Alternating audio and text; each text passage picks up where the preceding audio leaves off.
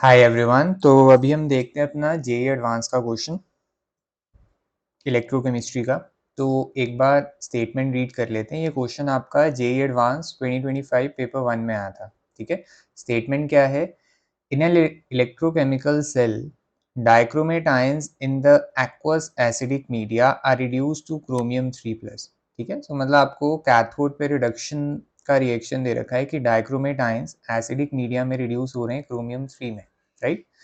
तो आपको निकालना क्या है? The current in amperes that flows through the cell for 48.25 minutes to produce 1 mole of chromium 3+।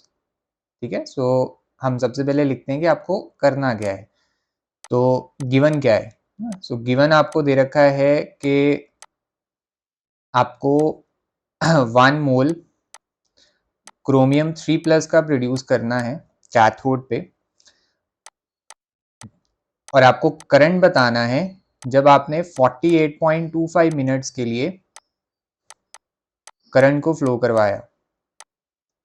ठीक है, इलेक्ट्रोलिसिस कर रहे हो बेसिकली आप। तो यहाँ पे हम लिखेंगे कि गिवन आपको ये दो चीजें गिवन है।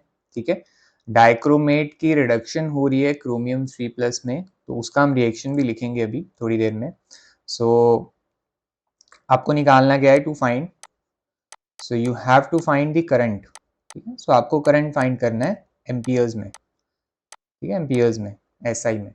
ठीक है, सो अभी हम डिस्कस करते हैं कौन से कॉन्सेप्ट्स आपके लगेंगे। देखो, ये स्ट्रेट फॉरवर्ड क्वेश्चन है, इसमें बहुत ज़्यादा कॉन्सेप्ट्स आपके लगेंगे नहीं। सो अगर मैं लिखूं तो यहाँ पे एक तो आपका फैराडेज लॉ यूज होगा।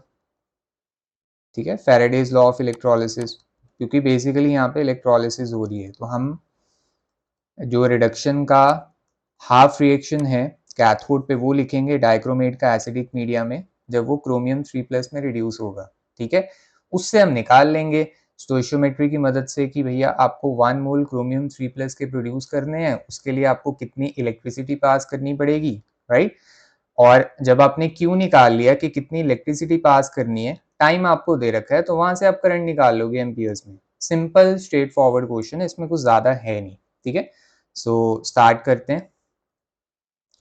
अगर हम बात करें बेसिक कॉन्सेप्ट्स की, तो दो कॉन्सेप्ट्स आपके यूज हो रहे हैं, है ना? आपको बेसिक अंडरस्टैंडिंग होनी चाहिए एन फैक्टर की, क्योंकि आपको पता है रिडॉक्स, ऑक्सीडेशन या रिडक्शन की आप बात करते हो यहाँ पे इलेक्ट्रोलिसिस के टाइम। ठीक है, और लाइक स्टोइशियोमेट्री एक बार आपने बैलेंस करके देख लिया इन फैक्टर की मदद से, देन आप देख सकते हो कि कितने मोल इलेक्ट्रॉन्स की रिडक्शन से कितना मोल आपका प्रोडक्ट प्रोड्यूस हुआ, वो आपको रिएक्शन से ही पता लगेगा। ठीक है, so this is the fundamental concept of Faraday's law. ठीक है, सो यही, ज्यादा कॉन्सेप्ट्स है नहीं, ये दो कॉन्सेप्ट्स ही आप यूज करोगे। ठीक है, सो स्टार्ट करते हैं फिर सोल्यूशन अपना।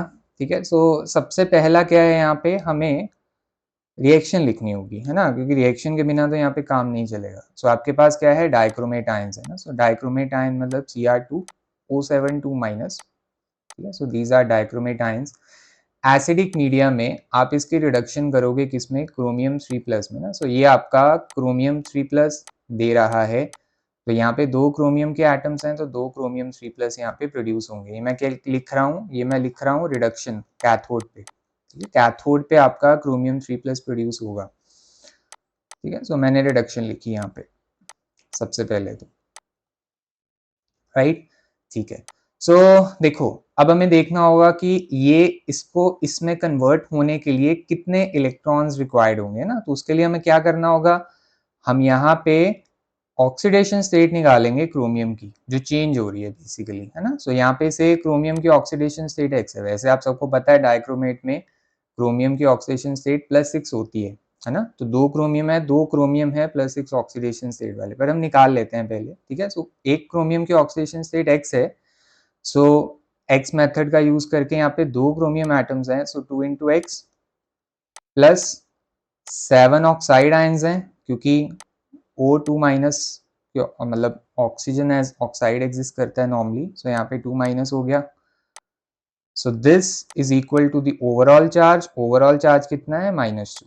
ठीक है, तो यहाँ से हम x निकाल लेते हैं। सो आपके पास कितना आएगा? 2x - 14, this is equal to -2। तो यहाँ से बेटा आपके पास 2x कितना आ गया?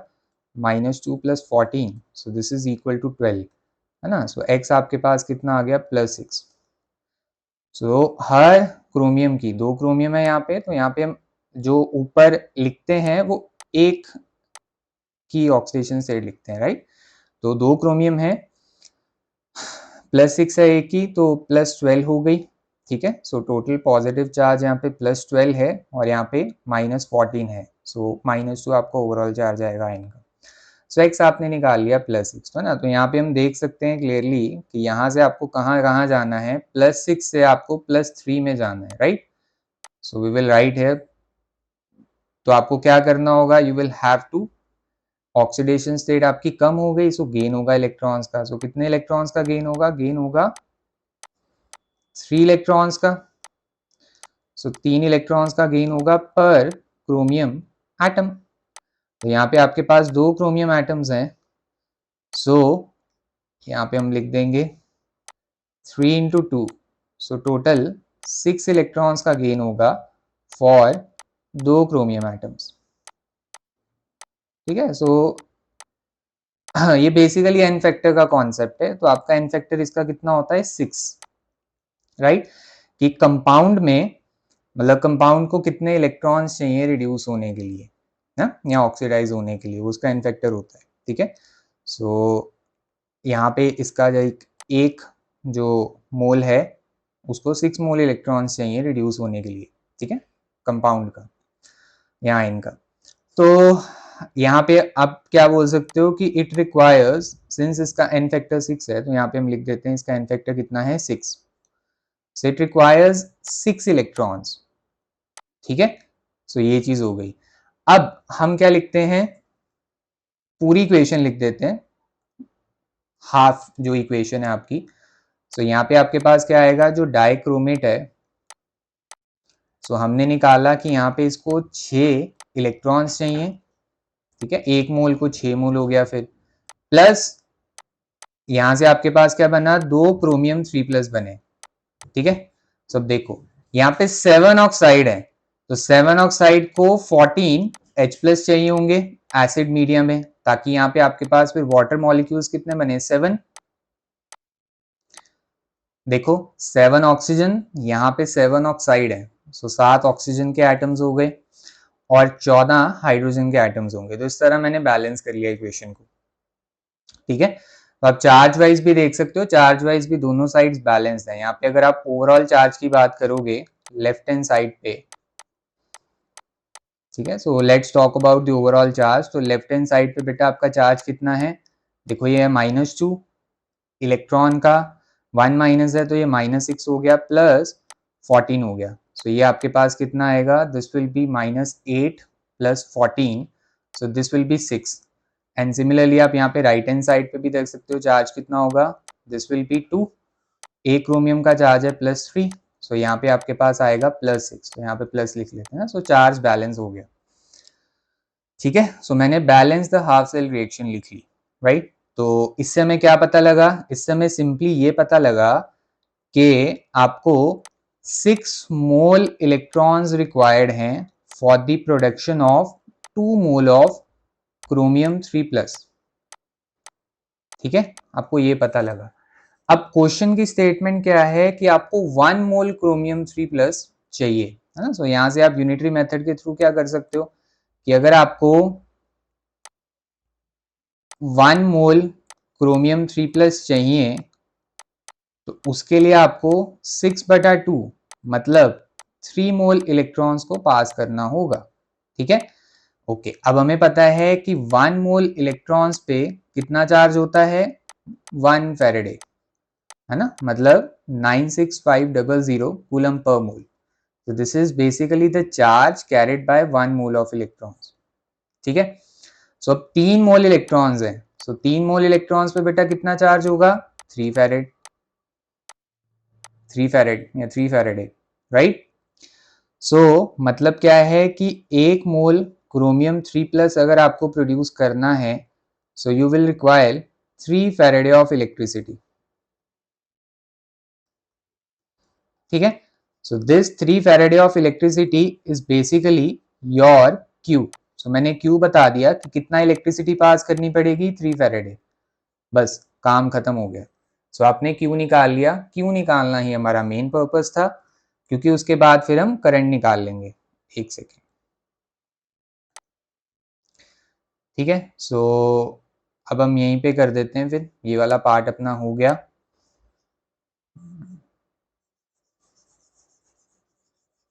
यहाँ पे कर देते हैं। सो Q आपके पास बेटा कितना आ गया, 3 फैरेडे, ठीक है। सो 3 फैरेडे आ गई आपकी इलेक्ट्रिसिटी। सो अब देखो, हमें पता है Q क्या होता है, I इंटू टी, क्योंकि I होता है Q बाई टी। आपको करंट निकालना है। सो करंट आपके पास बेटा कितना आएगा, Q डिवाइडेड बाय टी। अब आपको टाइम कितना दे रखा है, टाइम आपको दे रखा है 48.25 मिनट्स, ठीक है। और चार्ज कितना दे रखा है, 3 फैरेडे, फैरेडे कितना होता है 96500, ठीक है। सो यहाँ पे आएगा कूलम में, क्योंकि ये 3 मोल था, है ना। सो 3 फैरेडे इलेक्ट्रिसिटी कितना हो गया, 3 मोल इंटू 96500 कूलम पर मोल, मतलब कितने कूलम से इलेक्ट्रिसिटी हो गई, इसको हम मल्टीप्लाई करके, सो इतने कूलम से इलेक्ट्रिसिटी होगी, ठीक है। अब आप सबको पता है कि एम्पियर कितना होता है, 1 ampere is just 1 coulomb per second. ऐसा यूनिट है करंट का, चार्ज आपका कूलम में होना चाहिए, टाइम आपका सेकंड्स में होना चाहिए। सो आपका मिनट्स है ना। सो मिनट्स को अगर हम सेकंड्स में कन्वर्ट करें तो इस इंटू 60 कर देंगे, ताकि ये सेकंड्स में कन्वर्ट हो जाए, ठीक है। सिंस 1 मिनट में 60 सेकंड होते हैं, तो उस हिसाब से हमने इसको मल्टीप्लाई कर दिया ताकि ये सेकंड्स में आ जाए। तो ये चीज आपकी आ गई। अब बस इसी को तो हमने सॉल्व करना है ताकि हमारा आंसर आ जाए। हम यहाँ से करंट निकाल लेंगे। सो करंट आपके पास बेटा कितना आएगा, वी विल सॉल्व इट। तो आपका आंसर आएगा कूलम पर सेकंड में, जिसको हम एम्पियर बोल रहे हैं। तो आपका आंसर कितना आ गया, 100। सो आपका आंसर आ गया यहाँ पे सॉल्व करके 100। सो this is your final answer, ठीक है। सो सिंपली हमने करंट निकाल लिया। कैसे, क्यू निकाला पहले, वो कैसे निकाला, थ्रू द रिएक्शन, ठीक है। रिएक्शन को बैलेंस किया कि भैया कितने इलेक्ट्रॉन्स चाहिए, सो कितने फैराडे इलेक्ट्रिसिटी चाहिए। सो बस यहाँ पे यूनिट्स का थोड़ा ध्यान रखते हुए, बिकॉज एसआई यूनिट बहुत इंपॉर्टेंट है ना फिजिकल केमिस्ट्री में, हम एसआई में ही वर्क करते हैं। सो एसआई में हमने आंसर निकाल लिया 100 एम्पियर्स, क्योंकि उसी में पूछा हुआ था, ठीक है। सो इसी से हमारा क्वेश्चन हो गया कंप्लीट। सो आपका आंसर क्या आएगा, 100 एम्पियर्स, ठीक है। 100 लिखोगे क्योंकि इन एम्पियर्स पूछ रखा है ऑलरेडी। तो इसी के साथ हम कंप्लीट करते हैं क्वेश्चन को। आई होप आपको अंडरस्टैंडिंग हुई होगी बेसिक कॉन्सेप्ट्स की। Thank you, all the best.